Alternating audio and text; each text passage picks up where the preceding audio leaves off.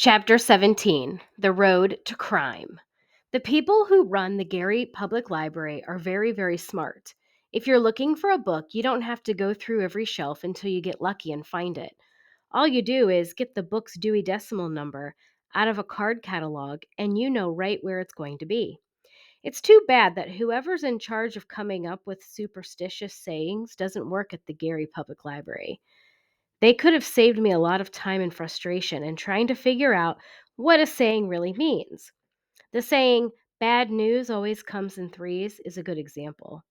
I wonder if the bad news is supposed to come three times to each family, or if it's going to come to each person in the family three times. It seems like for the Malones, it's three times for each person. Nearly a month had gone by, and the mailman hadn't brought anything from Father. Mother got home from work at about 6 o'clock, and I met her at the door. She looked tireder than she usually does. She kissed me and said, "Hello, Deza. Any news?" I told her what me and Clarice were reading and how Dr. Bracy had started paying Jimmy for the work he did for her. But we both knew that the only real news that we all were waiting for hadn't happened. I couldn't tell by her small smile that she already knew. I could tell by her small smile that she already knew. "Did you make supper, Deza? I'm so hungry I could eat some bugs." There weren't ever going to let me forget that heartbreak I'd suffered with the buggy oatmeal. When we sat to eat, Mother said, "Jimmy, Deza, I've been thinking. We haven't heard anything from your father, and to be quite frank, I'm starting to get a little worried." This was very disturbing. If she admitted that she was a little worried, it really meant that she was just about in a panic. We set our forks down. "So I've decided we should go to Flint and get some first-hand information. Your grandmother Malone is there and will know something. I haven't been able to get a hold of her, but I'm sure we can stay with her until we get on our feet." "Get on our feet? Mother, we'll be back in time for the start of school, won't we? Mrs. Needham." "Deza, I'm terribly sorry. The Carsdales are moving to Europe. They're starting to close their house down. In 2 weeks, I'll lose my job. Jimmy, you'll be coming with me until then. They'll need help, and we'll pay you."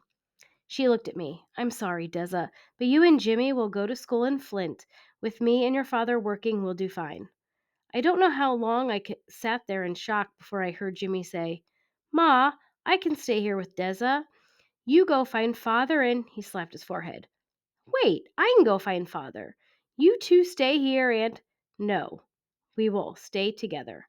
I've asked Mrs. Carsdale to write me a recommendation letter. She's good friends with a lady in Flint whose husband is vice president of a bank there."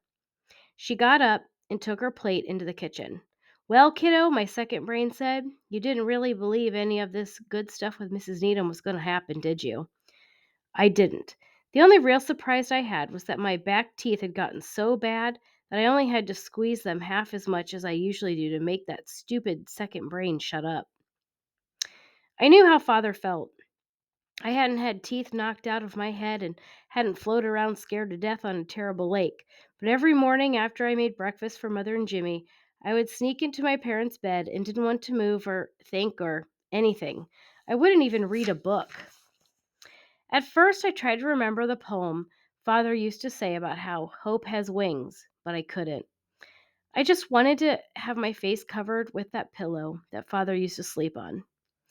3 days after we found out we had to go to that miserable place in Michigan, Mother said to me, "Deza, once we leave, you are not to get back in bed. You are to eat every meal with Jimmy and me, and you will clean your plate. You are to go to the library every day, and you will read and study. Am I clear?" I shot a look at Jimmy. I was still in bed when he got home every day, and he'd ratted me out. "Yes, Mother." This was good. I'd learned that sitting in bed all day just made you want to spend all day sitting in bed. After, Mother gave me a kiss and left Jimmy, and Jimmy left. Jimmy said, "Sorry, Deza," and went out too. I climbed into Mother and Father's bed just one more time, and didn't get out until Jimmy got home hours later. I picked up a book and rushed downstairs, but I don't think I fooled him. He hugged me and went into the kitchen. The next day, as soon as they left, I got back in bed again. There was a loud knock on the front door. It was Clarice. "Deza, you look terrible."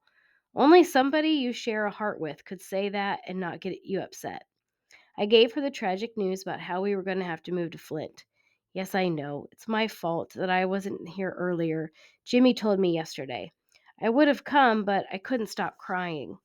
I finally ran out of tears this morning. But seeing you like this makes me wonder if I might have some left. I was so glad she came by. I knew I'd have to give her a good example of being strong. She said, "The librarians have been asking where you are. You know you are such a credit to our race, after all." I laughed and ran upstairs to get ready. I hadn't read anything in 4 days and felt like I was starving. Deza, my darling daughter Deza. Mother was home right on time, and she was singing. I ran downstairs to meet her at the door. She had both of her hands behind her back and a huge smile on her face. I hugged her, but instead of hugging me back, she said, "How was your day?" "Mother, don't tease. What's behind your back?" She acted surprised that her hands were hidden and said, "What? This little thing?" It was an envelope. "From father?" Mother touched my cheek. "No, Dessa, it's not that, but it's good nonetheless." She said, "Ta-da!" I read Mrs. Ernest Nelson, Flint, Michigan, in very good penmanship. Mrs. Carsdale had given us the letter for a new job in Flint. This was good news. Not really, but when you're feeling bad, you can't be picky about what kind of things can lift you up. "Oh, Mother, you got it. So now we can move to Flint and find Father?"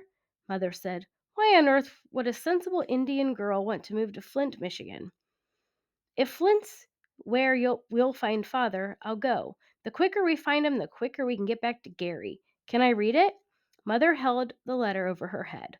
"Well, I'm not sure. I wouldn't want you to lose or to tear it or—" I grabbed Mother's arm and we tussled back and forth over the letter. She let me take it. It was sealed. I don't know why, but my stomach started folding itself up. This wasn't good. "Did you read it, Mother?" "No, but I told her that I what I needed, and she finally said she'd do it, and here it is." "You trust her?" I was sorry I'd asked. Mother's good mood was gone. "Of course I don't trust her, but some of the time you have to have faith, Deza." "Should we open it?" Her 111 lines showed. "Deza Malone, I'm surprised at you. You know what would that would be wrong. Besides, if you ripped this expensive envelope open, where in the world would you get another?" She was right. The envelope felt like it was made out of some thick, heavy paper as a dollar bill. I knew better than to ask Mother to borrow one from Mrs. Carsdale. She'd see that as nothing but stealing, and me opening the letter would be almost as bad. I was just talking. I tried to get her back to feeling good. Boy, Jimmy's going to be so excited when he hears. Can I tell him first? Mother smiled, but the fun was gone. Of course, Dessa. Now we have to start planning. She held out her hand. "Let me put this in the filing cabinet so it will be safe." The Malones aren't like any other family in the world, and one of the reasons is our filing cabinet. It isn't anything like the kind you see at school or in rich people's offices in the movies. Those filing cabinets have drawers and handles and locks and make a solid echoey crabang sound when they're closed. Ours is a lot quieter. It's as soft and comfortable and quiet as a couch. That's because it is our couch. Mother lifted the middle cushion, and stuck Mrs. Carsdale's letter on top of some other papers. She patted the cushion back in place. "Now, what's that delicious smell, Deza?" "Just supper." I smiled and headed to the kitchen, but my mind was under the couch cushion with the letter. After we ate and Mother went over to see Mrs. Henderson, I went into the filing cabinet, got the letter, and took it to Jimmy. Great. We can go find Father now. "Not great, Jimmy. We can't trust that woman." "What do you mean, sis? We've got to open the letter." "No problem. Put the kettle on." I knew he'd be able to get into the envelope without anyone knowing. He'd opened every sealed report card and letter from teachers he'd ever gotten before he gave them to Mother and Father. After the kettle boiled, Jimmy took it off of the stove. "The most important thing is, don't get it too wet. Most folks mess up by soaking the glue too much. That way the envelope gets bumpy and people know it's been opened before." Jimmy is always very generous, even with his lessons on how to be a criminal. He held the envelope over the kettle's neck and slowly pulled it up at the flap. "You have to take your time with everything, not just steaming open letters. Be patient and take your time." Remember what Paul says, all things come to the person who waits? I didn't correct Jimmy because in every movie I'd ever seen and every book I'd ever read, if one criminal criticizes what their partners do or say, it always ends up with someone in prison. What Father really says is, all things come to the person who waits, if that person works like mad while they're waiting. Jimmy got the last part of the flap from the envelope, and it was absolutely flat. Wow, Jimmy, that's great. Hold on, we ain't all the way done yet. This is just as important. He blew along the envelope's flap. This stops the glue from clumping up. All set. I pulled the letter out. It was on 3 pages of fancy writing paper.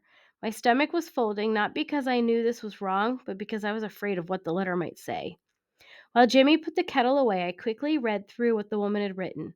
I got happy and mad at the same time. Happy that my gut feeling was right, and mad at what the horrid woman had written. All right, Deza, what's it say? I read parts of the letter to Jimmy. Dear Marilyn, I'm certain you've heard about the tragic situation here in Gary. Charles has been ordered to take an unheard of 25% cut in his salary. He's a man of integrity and refuses to accept this. We have made the heartbreaking decision to close Grace Hall and to travel the continent for the next 3 years or until such time as this country gets back to normal. As you can imagine, this has placed a tremendous stress and burden on me as I arrange for lodgings with kind and generous friends in 6 countries.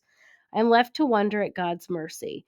Thus far, I have been able to keep a strong and cheerful face for the sake of Charles and the children. Speaking of which, how are Ernest and your younger ones? Please forgive me for waiting so long into this correspondence to inquire after their well-being. I'm certain you can understand the unimaginable stress under which I operate daily.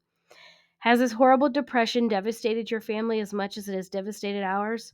Remember, Charles says it shan't be long before the great country comes to its senses, throws off that filthy communist Roosevelt, and is returned to its rightful owners. I shall write from Burton on Trent, where we will be staying with Lady Chigwell for the next 6 months. Who could have dreamed that it would come to this? Sincerely, Millie, Mrs. Charles Carsdale. Postscript. The colored gal bearing this letter has been in our employ for the past 12 years. She missed an entire year for some cause or other. She is a competent worker, so I relented and rehired her. I've always believed 'tis better to stay with the devil you know. I skipped reading the next lines to Jimmy. In that time, she's also missed 4 or 5 days to tend to a sickly boy who has not grown properly. I am sure it's nothing more than the terrible food those people enjoy so much. I read aloud. I've never been able to catch her stealing. If your experience has been anything like mine, you know them as well as I. I've found that one is a carbon copy of the next. Hire her at your own peril. My hands were trembling. Jimmy was looking down and shaking his head. Man, Ma's gonna be mad. No, she won't. We can't let her see this. I wish I could get some of this woman's writing paper. I know I can copy this penmanship in a flash. You know I'm going to the Carsdales with Ma for the rest of the week. I'm getting a dime a day to help them close their house up. Jimmy, I don't know. You hit the nail on the head, sis. You don't know, and you don't want to know. Let Jesse rob this train. Give me some skin and leave the rest up to me. I slapped Jimmy's palm and had never felt like such a big crook in all my life. And doggone it all, the second brain was taking over because I really liked the feeling. Mother and Jimmy came home together the next day, and as soon as he saw me, Jimmy made his eyebrows go up and down over and over. I followed him to his room. He smiled. Ta-da! He opened a paper sack and pulled out 10 sheets of the beautiful paper in 2 envelopes. It wasn't until that second that I saw that Jimmy'd stole this stuff for nothing. We didn't have any ink or a good pen so I could copy the woman's writing. Jimmy read my mind. Ta-da! He reached into the bag, and this time he was holding a gorgeous pen and an inkwell. What I say, you gotta let Jesse rob this train. I knew you were gonna need the ink too.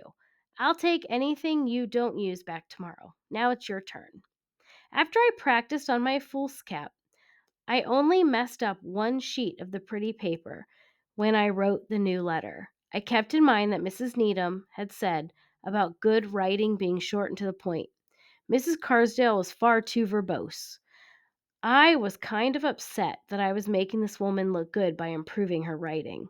I got my thesaurus and dictionary, and after about an hour I came up with, Dear Marilyn, the woman bearing this letter has asked for a recommending letter, and my heart is filled with joy to give her one. She is kind and loving and helpful in every way. She has worked for us for the past 12 years, and we wish she would stay forever, but she is moving to Flint to be with her husband, who is also kind and loving.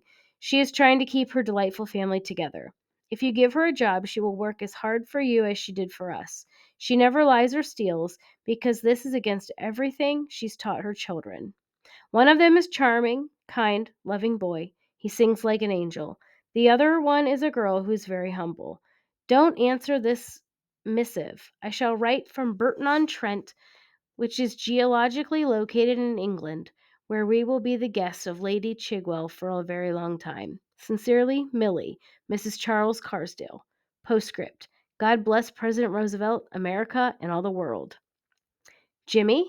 He came upstairs into my room. I read the letter. He gave me a thumbs up sign and said, Put it back in the filing cabinet, Deza, and let's get ready to say goodbye to Gary. Jimmy's words brought all the sadness back out in me. It was true. I was going to have to leave my home just when it seemed my luck was turning. I'd have to say goodbye to Mrs. Needham, and worst of all, I'd have to say goodbye to Clarice. But the chance of finding father and bringing him back home was worth even this.